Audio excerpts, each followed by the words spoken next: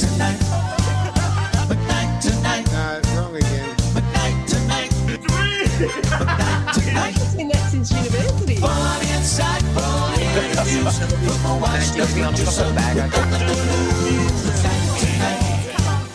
McKnight tonight. McKnight tonight. Here comes McKnight tonight.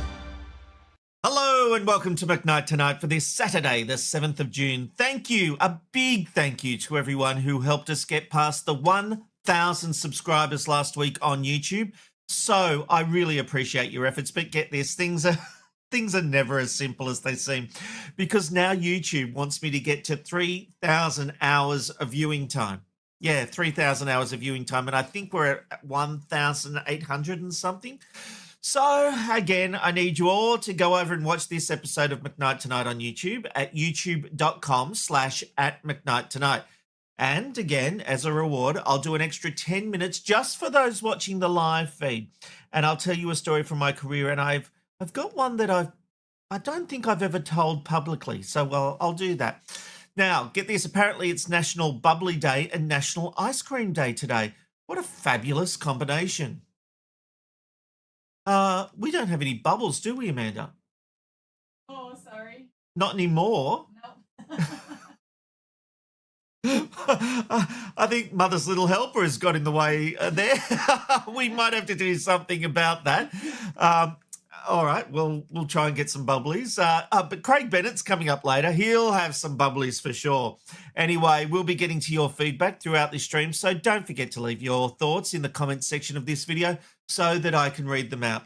Now, though, let's get into our first topic. And what do you make of this one? Western Australia Greens Senator Dorinda Cox, she has sensationally quit the Labor Party. She's sensationally quit the Greens Party to join Labor.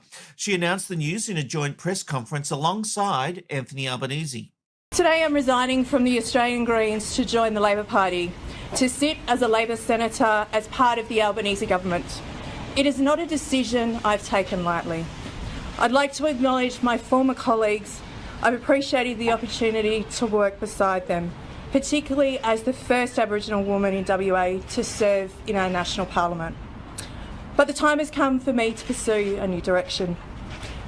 As a matter of the record, I was a member of the ALP before I joined the Greens. I have reached a conclusion after deep and careful reflection that my values and priorities are more aligned with Labor than the Greens.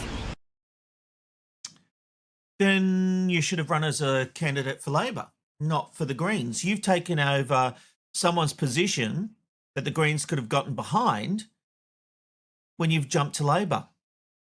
I have major issues with this. As far as I'm concerned, if you go to the electorate as part of a party, you have to see that through.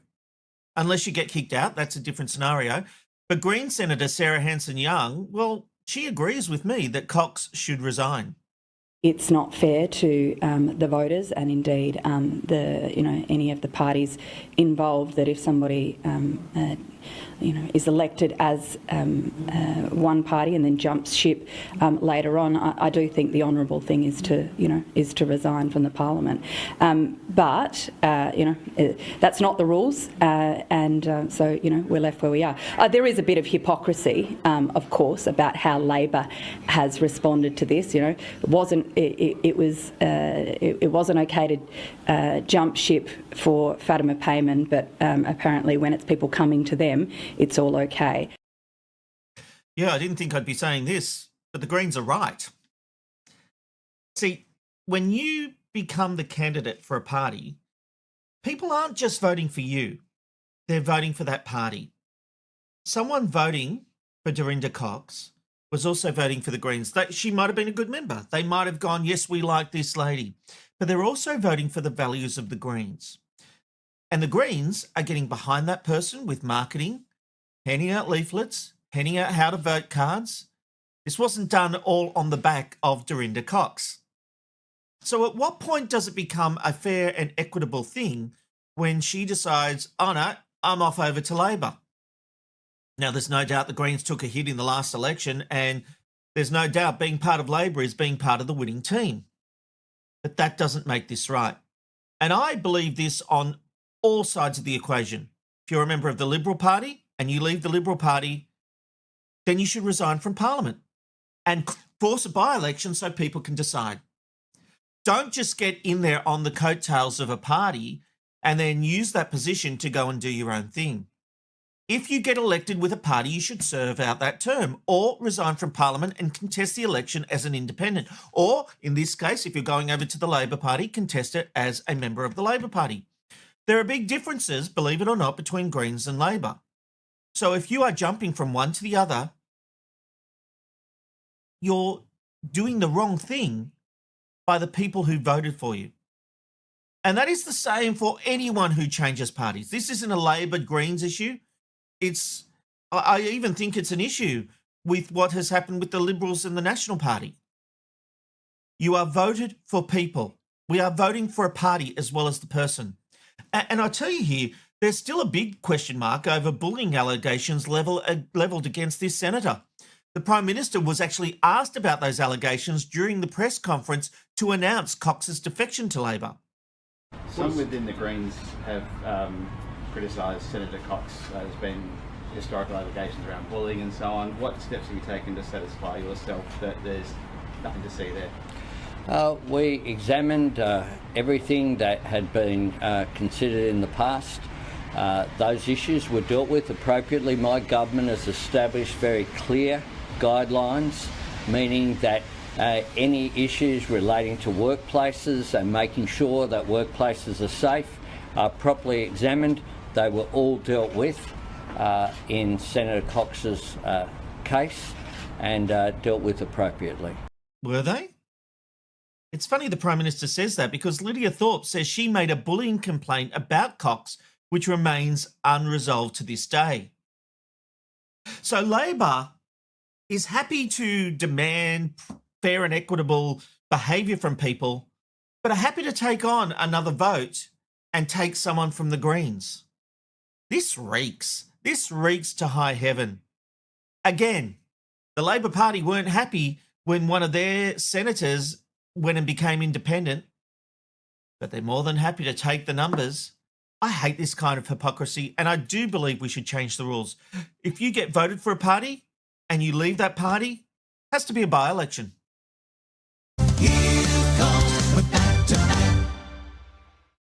Okay, let me know what you think. Should members of Parliament be able to change parties? All right, now to an update on a story I brought you last week about the proposed castle law in Queensland. It's a bill backed by the Katter Party which would protect homeowners from prosecution if they use force to protect their family and their property from intruders. I'll remind you what I said last week. You know, I've never understood this idea that someone can break into your house and you don't have the right to stop them, essentially. Because the moment you cause them harm, you'll be arrested. You'll face the courts and possibly jail, especially if you hurt them a lot in self-defense. Now, you can argue it and a judge and a jury might find in your favour, but it's a very real risk that if someone broke into your home and you did a lot of damage and possibly killed them, you're facing a murder charge. And I just can't understand that. Your home is meant to be a safe place for you, your family, your kids, and the people inside it. And when someone breaks that trust of coming into your home, as far as I'm concerned, all bets are off. What a handsome man, showing a bit of hair chest too. Now look, that video has really hit a nerve with people on a serious issue. It's had over 15,000 views on TikTok and led to calls for a petition to force the government to approve the law. But this week, there was a new twist that shows why this law is so important. You might remember Farmer Dave from Big Brother. You know, we fell in love with him during season 6 of the Channel 10 series. Well, Dave has been making headlines this week on this very issue after trying to eject a man from his property. Now, and you know what happened?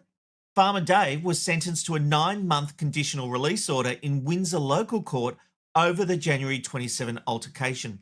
He's saying he will appeal the severity of the sentence. Here's what happened. Dave had taken a guy under his wing. The guy was staying at Dave's place, but the guy allegedly abused the trust that Farmer Dave had placed in him, and Dave wanted him out.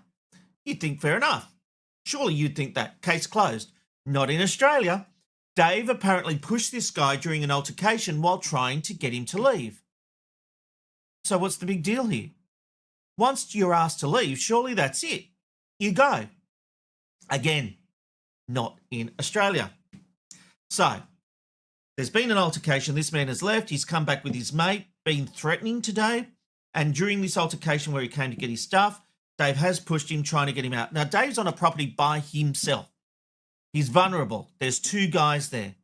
But I don't even care what the circumstances are. You're on his property and you're not wanted. Get out. Now, the guy has a right to his property, and we all know Dave. There's no way Dave would have stopped him from getting his stuff. But do you think the guy got angry when Dave said he didn't want him in his house? I have no doubt. What's also interesting about this is that the Daily Mail, which broke this story and had an interview with Dave, decided not to name the guy making the complaint. But Dave's name's all out there. Again, the person I would consider the victim, of course, not in the court of law, because this guy made a complaint to police and Dave got arrested and he had to face court. But this guy has anonymity. Dave's name is being dragged through the mud and he's not allowed to protect himself on his property. When are we going to get it right in this country? I can't even begin to tell you the comments that have come on that TikTok video. My house, my law. You know, people are angry about this. This is an issue I don't think politicians understand means a big, big deal to Australians. We like to have a sense of safety in our own home. And the government is not giving us that. When, you know, I've got 3 girls at my house. 4 if you include Amanda. She's really the boss of the house, so we don't include her when I say the 3 girls. But if someone broke in, I would do anything to protect those girls. But I'd be the one in trouble.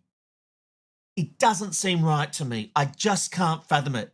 Does it seem right to you?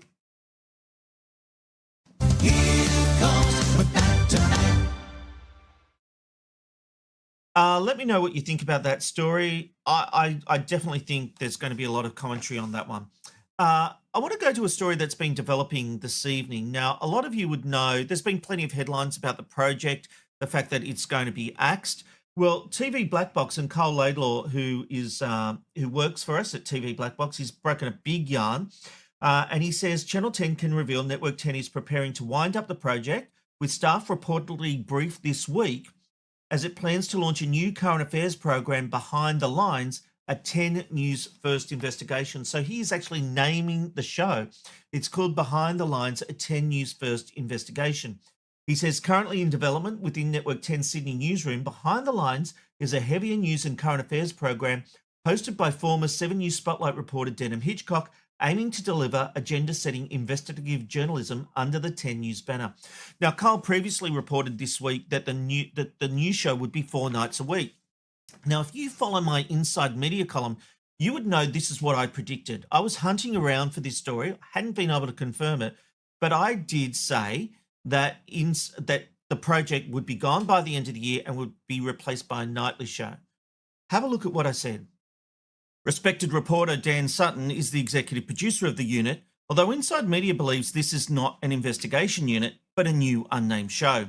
And while many are assuming that show will be weekly, something along the lines of 7 News Spotlight and 60 Minutes, I have reason to believe the show will be nightly. In fact, even though I haven't been able to confirm this yet, I believe this will be the show to replace the project when the contract with Roving Enterprises expires in a few months' time. It's just that the number of people already associated with this unit already exceeds what would be needed for a once-a-week show, and it makes perfect sense for 10 to go down this path. Let's assume the deal between Channel 10 and Roving Enterprises is, $20 million a year. 10 could replace the low rating The Project with a new show for $15 million per year, easily saving a cool $5 million. Here's my prediction. The Project will be off our screens before the end of the year, and Channel 10 will launch a new nightly current affairs show. Remember, you heard it here first. So by nightly, I obviously meant 5 nights a week. Kyle has reported this is 4 nights a week, so I'm taking that for the win. But it looks cert. The project is dead, which again, McKnight was right. This has been coming for a long time. It is amazing the project has lasted this long. It is not before time. Denham Hitchcock hosting this new show is interesting. I had half a mind that they might get Sarah Harris to host it. That is not the case by the looks of it.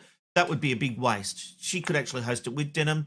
I would like to see her continue. She's a really big talent. But I will talk more about this on my Inside Media column on Monday at 7news.com.au. I just wanted to touch on that because that is happening tonight.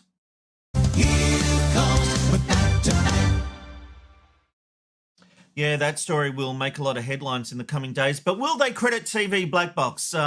News Corp has a habit of not doing that, but the Daily Mail's pretty good at doing that. But we'll see. Big story from Cole. All right, now it's time for Rob's rant, and this week, privileged activism. That's what I'm calling it. I don't know if that's a term. I don't know if I've made it up, but I'm calling it privileged activism. What do I mean by that? Well, it's when you can take the moral high ground on an issue because it doesn't affect you. Let's take a look at actor Peter Dinklage, the actor from Game of Thrones. He is now a very highly paid and respected actor, someone in a position to turn down jobs because he's made some good money. He's got money, right? When Disney was making its woke remake of Snow White, Dinklage hit out at the very idea of incorporating dwarfs into that story. Sort of taken back by the they're very proud to cast a Latino actress as Snow White. Yeah. But you're still telling the story of Snow White. Yeah. Seven Dwarfs. Sure. So, look, take a step back and look at what you're doing there. It makes no sense to me. You're progressive in one way, but you're still making that backward story of seven dwarves living in a cave. What the are you doing, man? Those comments went global, and it was before everyone had turned against Snow White. He just didn't like the idea of dwarfs, which were in the original story, being part of this story.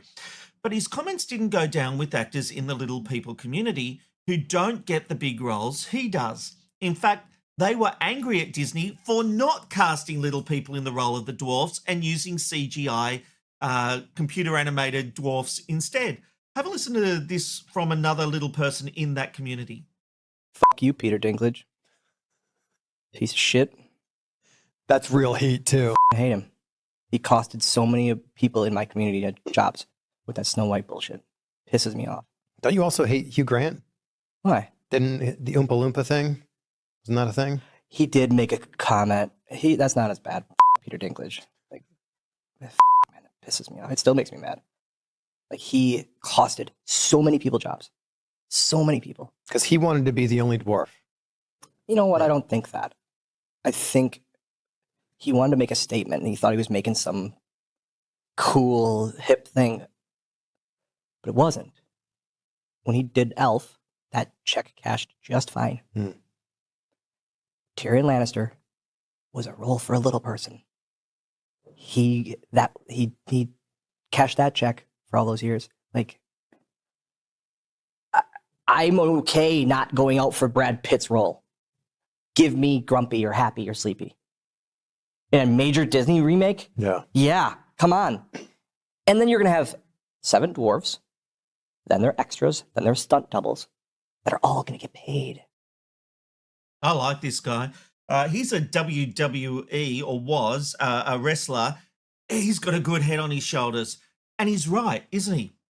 Because Peter Dinklage can take the moral high ground because it doesn't affect him. He's not going to accept a role as Happy or Grumpy because he doesn't need that kind of money. He can be an artist. He can do the roles that he wants to do. Even though, as Hornswoggle's his name, as he said, Dinklage played an angry dwarf on the Elf movie.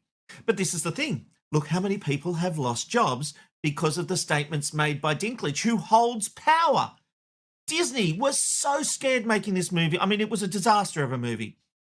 It was woke. It was wrong. If they had done it like in the true spirit of the original movie, it probably would have been a success. But Disney, already seeing a backlash, would have thought, we can't even get Peter Dinklage on side, and he's got a loud voice. He's got a way to get to people. Anything he says about this movie is going to be reported. So, yep, we'll use CGI. Meanwhile, there's all these little people who can't get jobs in the acting community, and a lot of little people do act in the acting community. They do pantos, they do those kind of roles that are made for little people. Whether in those roles they're called dwarfs or fairies or wizards or whatever.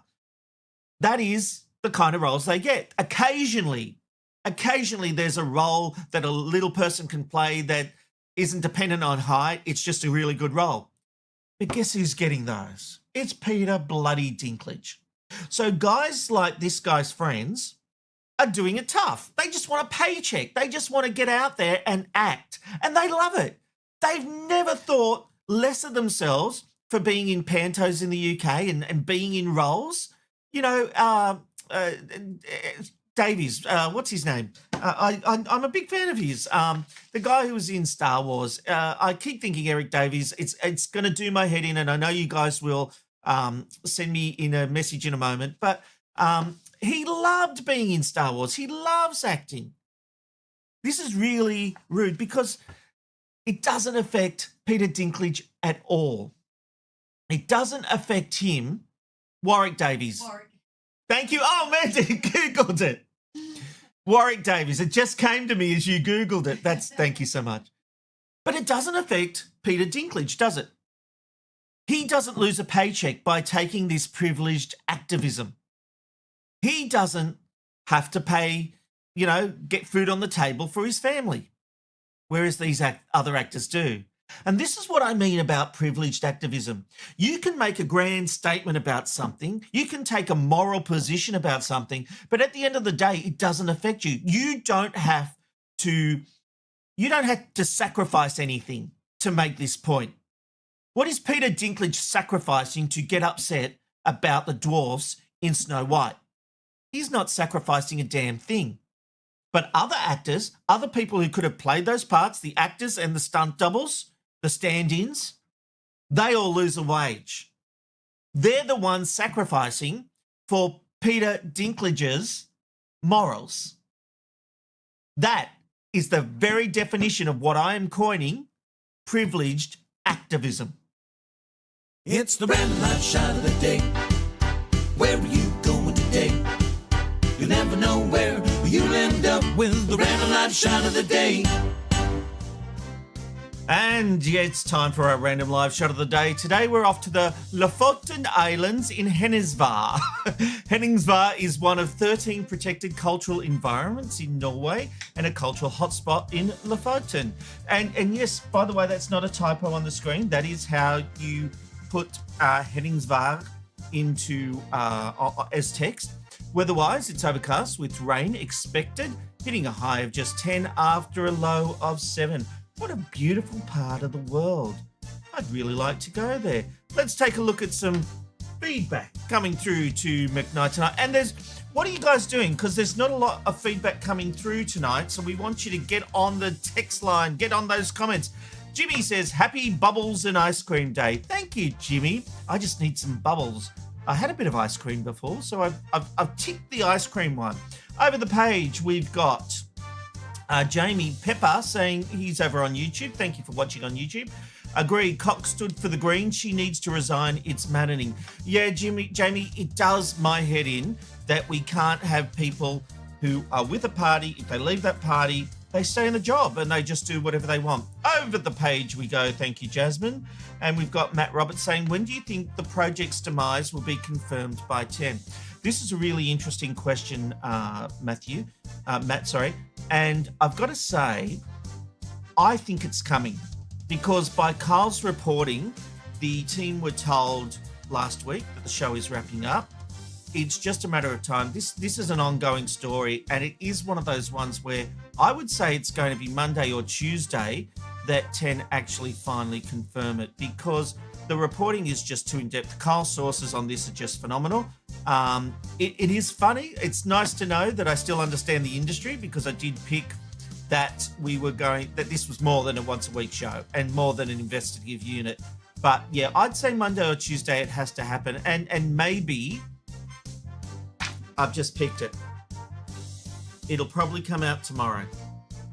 a splash in the Sunday Telegraph News Corp papers because television, for all this talk about innovation, they still live in the old media world. They still think to get our story out there, we'll do a drop in the Sunday papers. It's maddening. You know, we put something on TV Black Box and it goes everywhere.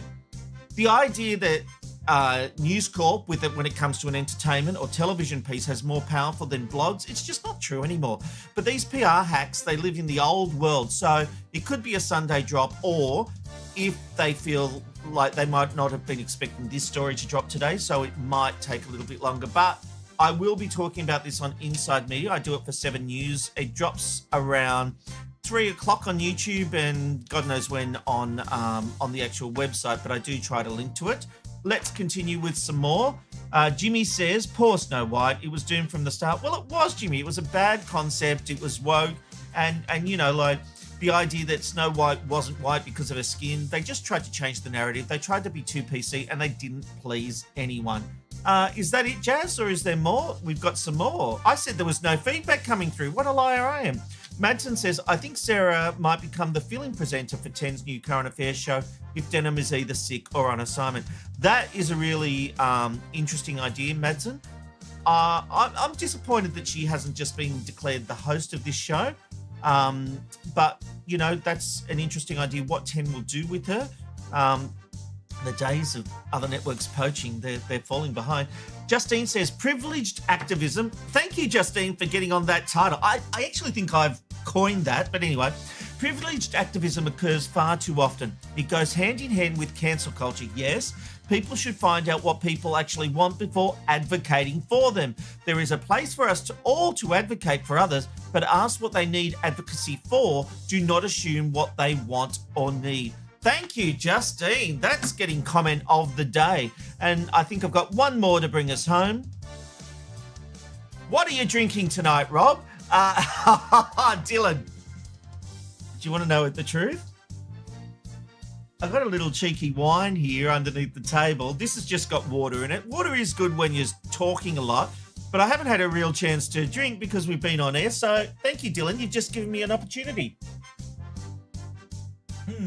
All right, I'll put that back there because it is time to meet tonight's special guest. Here comes McKnight tonight. All right, I'll have more of your feedback a little later in the show. But, you know, the life of an entertainment reporter is absolutely fascinating. Sometimes you will meet the nastiest people and sometimes you'll become good friends with some of the biggest names in showbiz. My next guest has seen it all and he's done it all in the world of showbiz, of course. Craig Bennett, welcome to McKnight Tonight.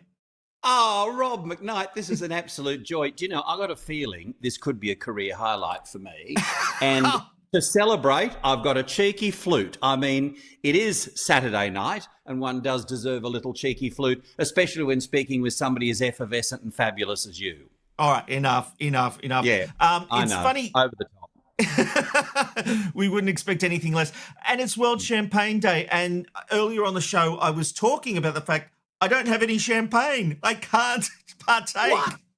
This is crazy. Oh, well, look, hang on. I'll send it through the screen. Yeah. There we go. Actually, viewers won't know, but Craig and I had a cheeky catch-up last week, Craig. And I think what was meant to be a bit of a quick, not a quick lunch, but, 4 hours I think I was at your place. I know it's quite true. I remember after about 3, you were calling your beleaguered wife Amanda, saying, "I'm still here. I don't think you've even turned the oven on yet." But that's right. She had to go and do the school pickup. It was a lovely afternoon. Craigie, what do you love about the world of showbiz? Oh boy, that's one big question, Rob. I guess I love the razzmatazz and the pizzazz. And, as a little kid, I always loved the movies. I loved television.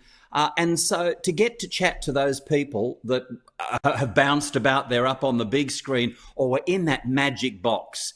You know what? Even these days, 45 years now on, I still get a bit of a thrill. It's still wonderful to talk to those heroes and to talk to people with absolute talent and who've made it almost, against all odds. Well, I don't need to tell you. You know how tough showbiz is. And for those that make it to the top, of their particular genre of showbiz, be it a singer, actor, a dancer, somebody on stage, somebody on screen, wherever it might be, backstage, a musician, you know, you realise it takes a whole bunch of stuff. I know people say it's to do with a lot of luck. And yes, there is quite a bit of luck there, and it is all about the breaks. But you know what? You've got to be able to sustain it if you're going to have one of those careers that just literally stretches on forever.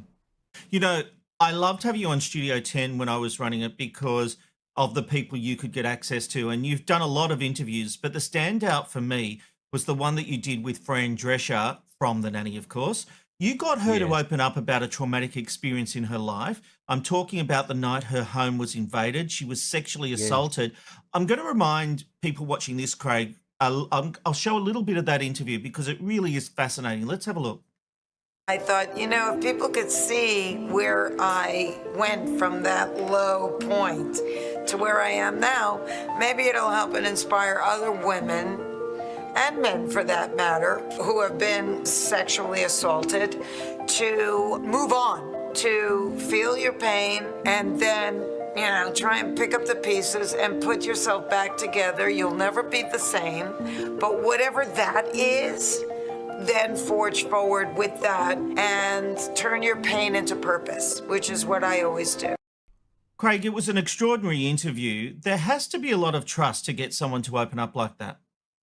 Absolutely, Rob. When we met, it was shot, in fact, at her ex-husband, Peter Mark Jacobson's home in Beverly Hills. Remember, he co-created The Nanny with Fran, and he too had a fascinating life story. And he talked about finding out he was gay. And they're still the best of friends. I mean, it was extraordinary what came out of that interview. Yes, it was. And it is all about trust. And I think from the moment we met, she just had this feeling that she liked me, and I had that feeling I liked her. There was just that connection. The interesting thing about Fran, Rob, is that you think, by virtue of that voice and the daffy character that she played, you know, that she'd be like this crazy airhead, almost a Jeannie Little type person. But therein is the other thing, never presume, because it makes an ass out of you and me, as they say. Like Jeannie Little was a highly intelligent woman, Fran Drescher absolutely whip smart, so intelligent, so sassy, and absolutely top of her game. But yes, look, she did open up like a fridge door, and it was I quite love incredible. Your turn of phrase. Well, I mean, she did. The French doors of a fridge, as a matter of fact, because both of them came open at the one time. Half of Hollywood could have come out of it, actually, if it were a closet. But it was interesting because I sat there almost gobsmacked at the stuff that she was talking about, because bear in mind, in my research, and to do these interviews justice, you really have to know your subject. That is the absolute key. Almost know more about these people than they know about themselves. So I was aware of the home invasion, how it went down. I was also acutely aware that she just doesn't talk about it. So it was quite stunning that she did open up with such incredible candor. And the takeaway from that interview for me was turning pain into purpose, that very thing she said, because you see, by virtue of that home invasion, Rob, you'll remember the interview, I'm sure, she wound up coming down with stage 4 cancer of the uterus. She connected the two by virtue of all of that bottled up trauma, you see. And so her life has been beyond tumultuous. If you wrote a script, you'd say, oh, that's Hollywood, they're making it all up. And in fact, that's her. And not only that, but she went on to become one of the great stars of television. Now, of course, she's president of the Screen Actors Guild. As I say, you get there because you're absolutely whip smart. A remarkable person. It was beaut to be in her glow, I must say. Yeah, I mean, she became a force, especially during the writer's strike, and did a lot of good. Of course. Craig, you've been doing this gig for such a long time. We've got some photos of you as a young lad there. Look at you. And look, you've still got the champagne there. And then as we go through to you as a slightly older fella, you've still got the champagne. But you know what? I did a quick Google. Honestly, didn't spend much time on it. And we'll see some of the people you've interviewed. There's Jane Fonda. What makes a great interview? I think great candor hearings. Oh, I mean, that was one of my favourites, Rob. Angela Lansbury, I think that was on your watch at Studio 10. That was done at her home. Very few reporters ever got to her home, and I was in her home, the kindest, most amazing person you could meet. Oh, my gosh, there is Carlotta, you know, a true friend. I mean, Jane Fonda, you know, to interview her, she too was remarkably candid. I think that's what makes a good interview when you're watching it, is to hear stuff that hasn't gone around the mulberry bush or round the block more times than an old checker cab. You want to hear new stuff. You want to be surprised. But how do you get that, Craig? Because that's the key, and that's what you get. Well, it's a matter of doing the research. It's just a matter of knowing more about their life almost than they know about their life.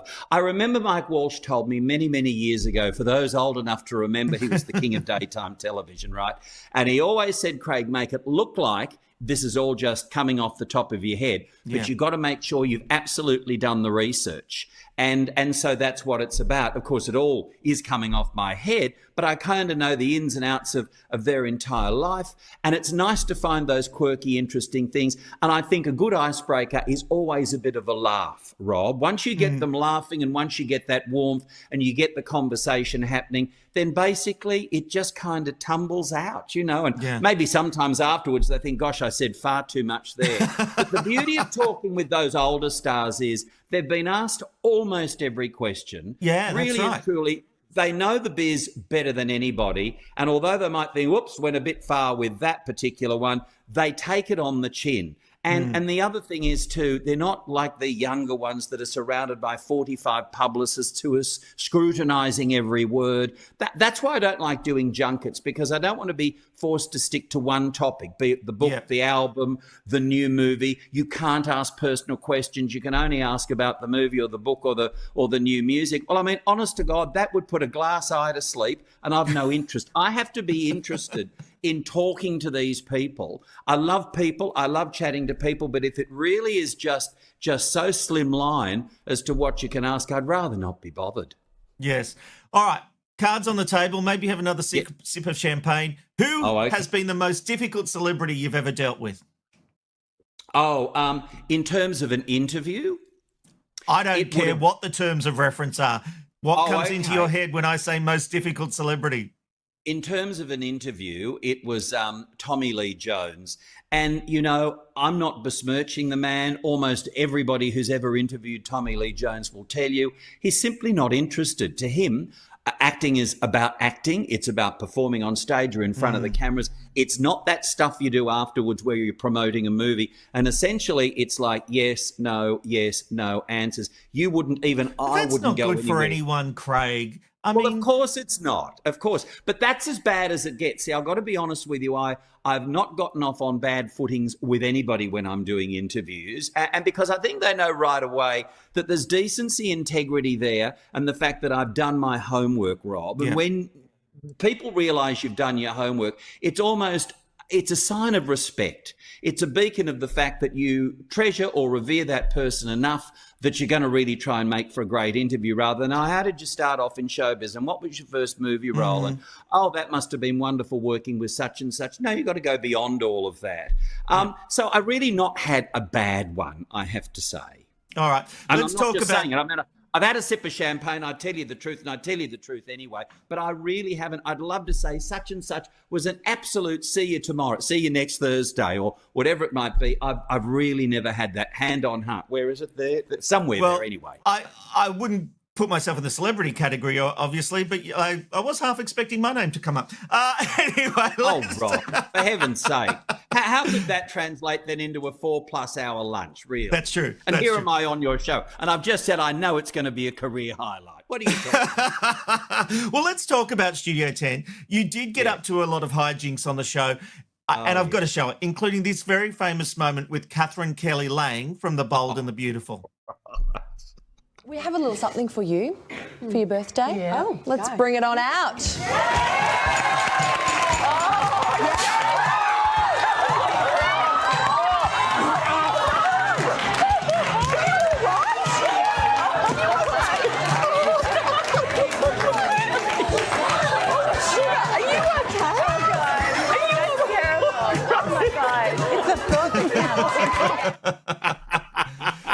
Should we reveal the truth about that moment?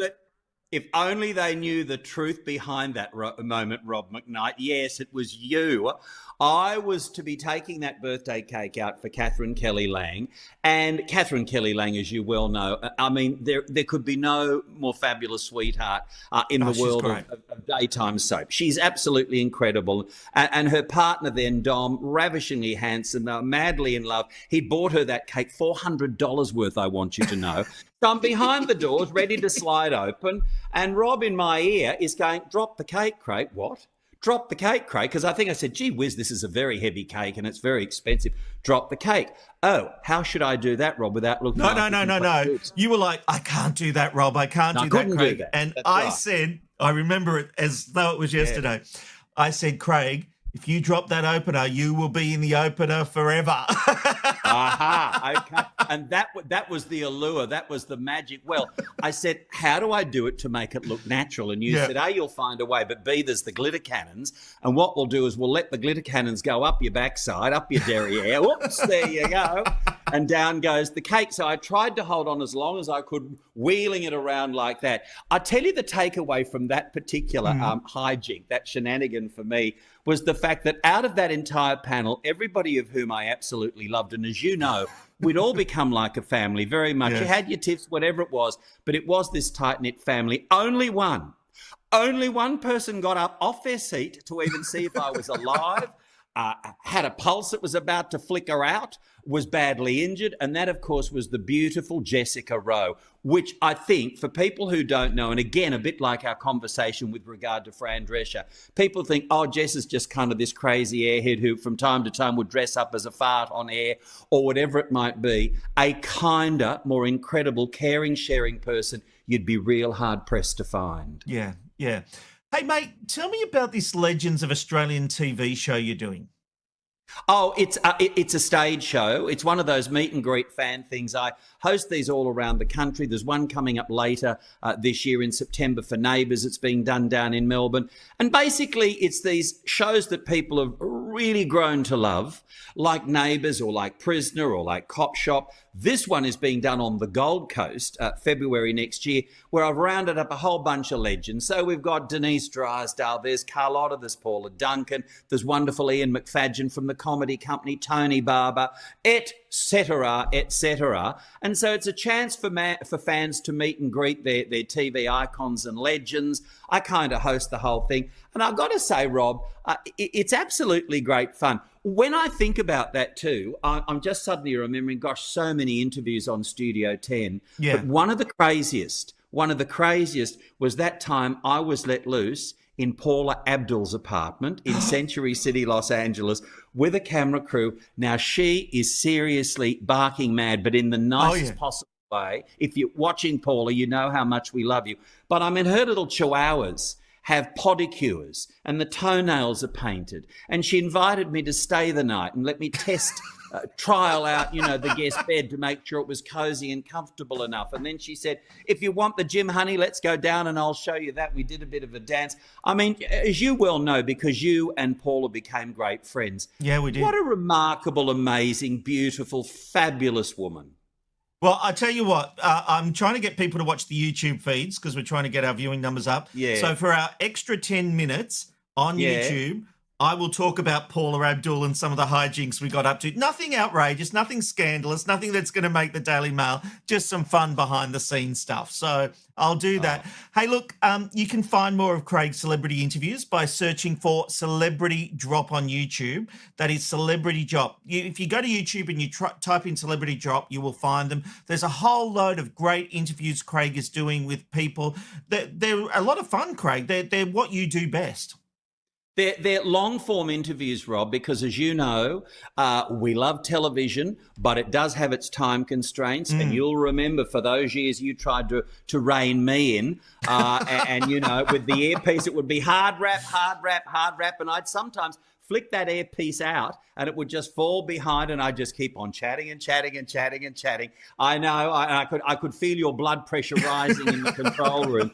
But I mean, that's television. You got to start here and you got to finish there, and then there's the middle and there's the spin mops and everything else that has to be squeezed in. So the beauty of Celebrity Drop is they're long form chats, 40 to 45 minutes, an hour sometimes, with the legends you absolutely love. No spin mops and no time constraints. And I love that, having a good old-fashioned chinwag, because essentially that's what a showbiz reporter is all about. I've been doing it for 45 years. I feel as though by now I should be on a Zimmer frame or, in a wheelchair or reporting from the nursing home. But I love it, Rob, and I'll forever be grateful that we had those years together, because, Studio 10 was one of those funny shows that God knows how you did it, but you'd scratch together a bit of budget to fly me over to Hollywood, and of course Angela Bishop, who virtually lived there, and we'd go and we'd bring back these incredible stories, the kind of stories that frankly the other morning shows aren't doing, because I don't know why,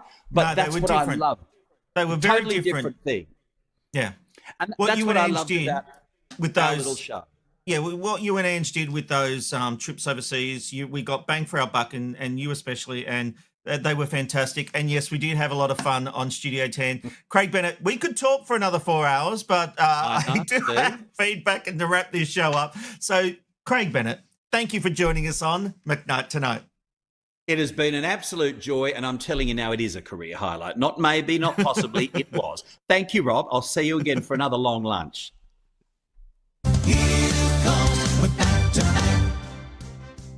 Oh, he's a funny one, isn't he? I swear, I haven't seen Craig for a few years, and we did catch up and had that 4-hour lunch, and I will tell some Paula Abdul stories in our YouTube overtime, which is only for the live viewers. So if you're on Facebook right now, get over to youtube.com/@McKnight Tonight. If you go onto YouTube and just search @McKnight Tonight or McKnight Tonight, I'm sure you'll find it. All right, let's get some feedback coming through to McKnight Tonight. Madsen says, nice to see the McKnight Tonight mug is nothing but a prop on the desk. No, Madsen, I do drink it. I do drink it during the show. I do have the water. But yes, I don't mind a cheeky wine as well. I like a bit of both, but I will be honest, you can't see it, but the water is pretty full, so I haven't had much water tonight. All right, let's go over the page. Kyle says, is Craig actually Benjamin Button? Hasn't aged a day. That's so true, Kyle. And that is the Kyle who broke that project story. And he said in our feedback that he's going to have more on TV Black Box tomorrow. And he says lots will be known in the next 24 hours. So there is a lot happening with that story about the project and the new show called Behind the Lines. 10 News First, Behind the Lines. Terrible name. Dylan says, Craig was great talent on Studio 10. Yes, he was, Dylan. No doubt about that. And we love the smelling salts. What else have we got there, Jasmine? Jimmy says, great interview with Craig. Love his insight of celebrity reporting. Thanks, Jimmy. I do too. I think he's a real talent. All right. How about it? Are you up for a back-end quickie? Tonight, we're celebrating a special anniversary. Do you remember this movie? It's getting pretty tough coming up with new illnesses. It's a little childish, but then so is high school. Annie, you're not going to school like this. Call if you need us. They bought it. How could I possibly be expected to handle school on a day like this? Bueller. Cameron Dave, get dressed and come on over. Bueller. He has been absent 9 times. Bueller. My father spent 3 years restoring this car. Ooh, I guess that's my dad. What are we gonna do? What aren't we going to do? Why should he get to ditch? Something's going on.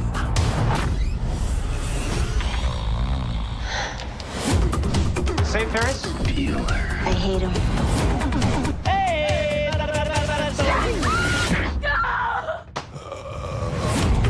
Life moves pretty fast. You're crazy! If you don't stop and look around once in a while, you could miss it. My daughter has just blown my mind because she just told me that And I tried to hit the music. There it is. Got to do everything. Jasmine just said to me it's one of her favourite movies of all time. I cannot believe that. It's actually 40 years since Ferris Bueller's Day Off was released, and to mark the anniversary, one of the film's most recognisable artefacts, the signature sweater, the sweater vest worn by Matthew Broderick as Ferris Bueller, is being auctioned in a single lot online sale at Sotheby's, New York on 24th of June. I remember, so 85 that movie came out. I was at university in 1992. Yeah, 1992 I started university. I was doing a BA in television production at the Charles Sturt University in Wagga.